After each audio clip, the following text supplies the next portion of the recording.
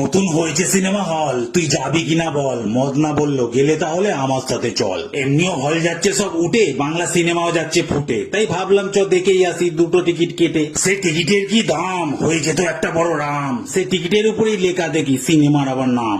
গিয়ে লাইনে দাঁড়িয়ে দেখি গার্ড হাত দিচ্ছে বাড়িয়ে, সে চেক করে সব খৈনিপত্র রাখছে আলাদা সরিয়ে।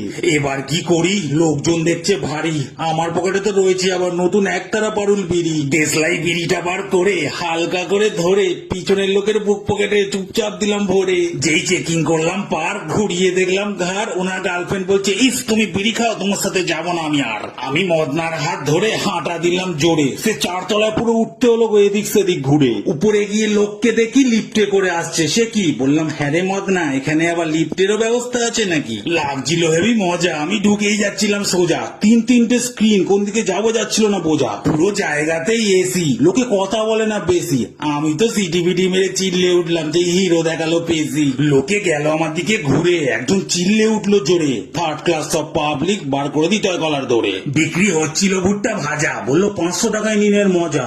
আমি বললাম, 500 টাকা ভুট্টা, খেয়েছো নাকি তুমি গাঁজা? মদনা বললো, ওরে থাম, এখানে এরামি সব দাম। বললাম, 500 টাকার ভুট্টা শুনলে মা পিটিয়ে ভুলিয়ে দিত দাদুর নাম। সবই ঠিক হলো, সিনেমাও বেশ ভালো, তবে ভাঙা চেয়ারে সেই সিঙ্গেল স্ক্রিনই যেন বেশি ভালো ছিল।